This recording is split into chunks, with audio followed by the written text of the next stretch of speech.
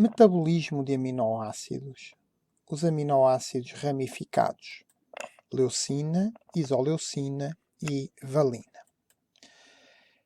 Tratam-se de aminoácidos que são nutricionalmente essenciais, sendo que a isoleucina é simultaneamente glicogénico e cetogénico, a leucina é exclusivamente cetogénico e a valina glicogénico. Muitas vezes são referidos como sendo os 1, 2, 3 metilaminoácidos, mas na realidade a leucina não é 3-metil, mas é o 4-metil, mas o seu metabolismo é muito semelhante. E o metabolismo destes aminoácidos ramificados, muitas vezes apresentados com a sigla BCAA, Branch Chain Amino Acid, aminoácidos de cadeia ramificada, que eu aqui represento genericamente ou 3-metil ou 4-metil, sofrem a primeira reação, uma transaminação, chamada transaminase dos aminoácidos ramificados, o que vai originar os respectivos cetoácidos. As transaminas transformam o aminoácido num cetoácido, lembram-se disso, e que vai originar então os cetoácidos de cadeia ramificada, em inglês BCKA, Branch Chain Keto Acid.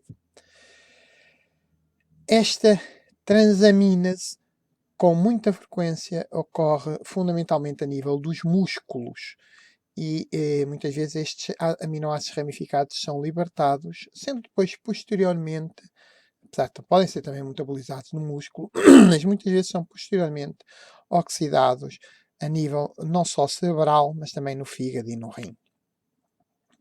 E por isso é que muitas vezes esta transaminase encontra-se no citoplasma e o passo seguinte, a desidrogénase dos 3-metil-oxoácidos, ou no caso, ou se quisermos mais fácil, das desidrogénase dos metil-oxoácidos, vai converter este aminoácido ramificado num acil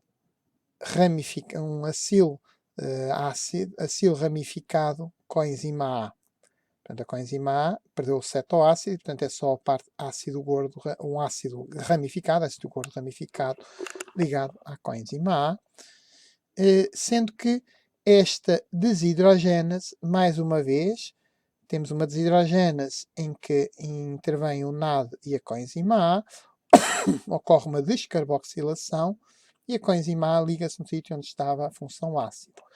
É também semelhante à desidrogénase do piruvato, à desidrogénase do alfa-cetoglutarato, à enzima da clivagem da lisina, à desidrogénase do oxoglutarato que vimos na conversão no metabolismo da lisina, da hidroxilusina e do triptofano, e onde ocorre uma primeira reação também, mais uma vez, dependente do pirofosfato de tiamina, a descarboxilação, a saída deste CO e a transferência do restante esqueleto carbonado, do restante parte do cetoácido, vai ser transferido para o resíduo do ácido lipoico, portanto ao lipoil ligado à lisil enzima, ligado à enzima por um resíduo de lisina, e regenera-se o pirofosfato de tiamina. De seguida, este composto que foi ligado ao resíduo do ácido lipoico é transferido para a coenzima A, formando-se o tal acil ramificado CoA, e o ácido lipoico fica na forma reduzida, portanto será uma metilpropanoil transferase, e ele será mais uma vez regenerado pela desidrogénase do dihidrolipoato à custa de FAD e o aceitador final, o NAD, que passa a NADH. Já nossa velha conhecida, este mecanismo de reação. Esta desidrogénase dos metil-oxoácidos, à semelhança do que acontece com a desidrogénase do piruvato, está ativa na forma desfosforilada e este complexo inclui também uma sínase e uma fosfatase. A presença destes BCKA, ou se quisermos cetoácidos ramificados, ativam a fosfatase e inibem a sínase, promovendo assim a desfosforilação do complexo e a sua ativação. Esta desidrogénase, quando temos deficiência, quando há alterações metabólicas que tornam esta enzima inativa, temos a chamada a doença do xarope de bordo, ou também chamada maple syrup urine disease, que, em alguns casos em que a deficiência é ligeira, não é tão acentuada, podemos ter só a chamada cetonúria de cadeia ramificada intermitente. Portanto, há alturas em que é mais conforme o tipo de mutação. Mas, como estava a referir, os aminoácidos ramificados, as 3 primeiras reações são semelhantes: transaminase, a desidrogénase descarboxilativa e depois uma nova desidrogénase, que é uma desidrogénase semelhante ao primeiro passo da beta-oxidação, em que é também dependente de FAD e, portanto, é também uma enzima que se encontra na face interna da membrana interna da mitocôndria e que está dependente da ubiquinona, porque a flavoproteína que vai ficar reduzida é reoxidada com a passagem da ubiquinona a ubiquinol. É uma desidrogénase que esta será diferente em função do aminoácido ramificado de origem. Assim, começando com a isoleucina, como referi, faz primeiro uma transaminação, em que temos um cetoácido a dar um aminoácido, normalmente o alfa-cetoglutarato a dar glutamato. Forma-se o respectivo cetoácido, neste caso o cetometil isovalerato, que, pela tal desidrogénase dos metil-oxoácidos, uma desidrogenação descarboxilativa, ou se quisermos uma oxidação descarboxilativa, vai dar origem ao metil-butiril-CoA, que, pela tal desidrogénase, aqui é a desidrogénase do acil-CoA, a mesma enzima que está presente na beta-oxidação, vai originar o tiglil ou 2-metilcrotonil-CoA. De seguida, vai sofrer a ação da hidratase do enuil, tal e qual como na beta-oxidação, forma-se o metil-hidroxibutiril e depois, pela desidrogénase do hidroxiacil, vai dar origem ao metil-acetoacetil-CoA, que, por ação da tiólase, vai sofrer aqui a quebra, libertando-se acetil, coenzima A, e propionil-CoA. Assim, no caso da isoleucina, temos a tal transaminase dos aminoácidos, a desidrogénase dos metilcetoácidos e depois segue exatamente os passos da beta-oxidação, levando à formação de propionil e acetil. O acetil é cetogénico, como já sabemos. O propionil, uma vez que pode originar succinil-CoA, será glicogénico. O azoto, como vimos, saiu por transaminação.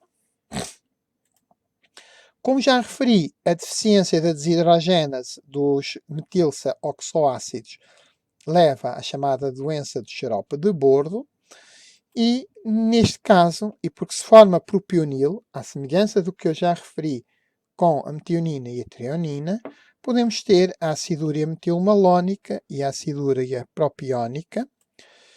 No caso da acidúria propiónica, porque na conversão do propionil-CoA a succinil, o primeiro passo é a carboxilase do propionil-CoA, quando está deficitária, temos a acidemia propiónica, o aumento do propionato no sangue.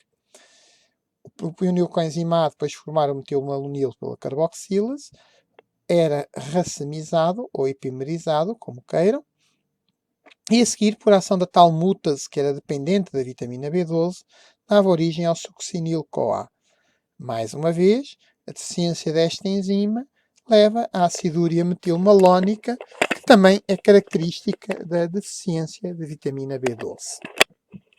Por isso é que, no caso das acidúrias metilmalónica ou acidemia propiónica, também temos que ter atenção a restrições a nível destes aminoácidos que levam à formação do propionato.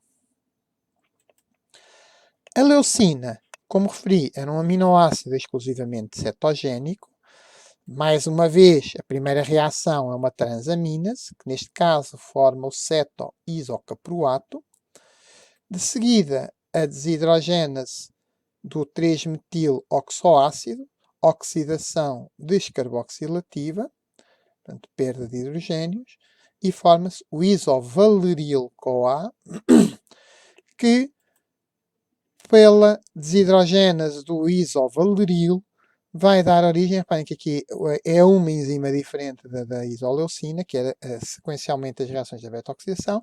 Aqui vamos ter também um processo semelhante à beta-oxidação, mas a primeira enzima é a desidrogênase do isovaleril, também dependente do FAD, vai dar origem não ao 2-metil, que era o tiglil, mas ao 3-metil-crutonil-CoA, que de seguida vai, em vez de haver a primeira entrada de água, em vez de ocorrer uma entrada de água, vai ocorrer uma carboxilação dependente da biotina, pela carboxilase do metilcrutonil, e de seguida uma entrada de água pela hidratase do metil, formou-se o metilglutaconil, a hidratase do metilglutaconil, que vai dar origem ao nosso já conhecido hidroximetilglutaryl-CoA, o HMG-CoA, que nós vimos que era importante para a síntese dos corpos cetónicos e também para a síntese do colesterol.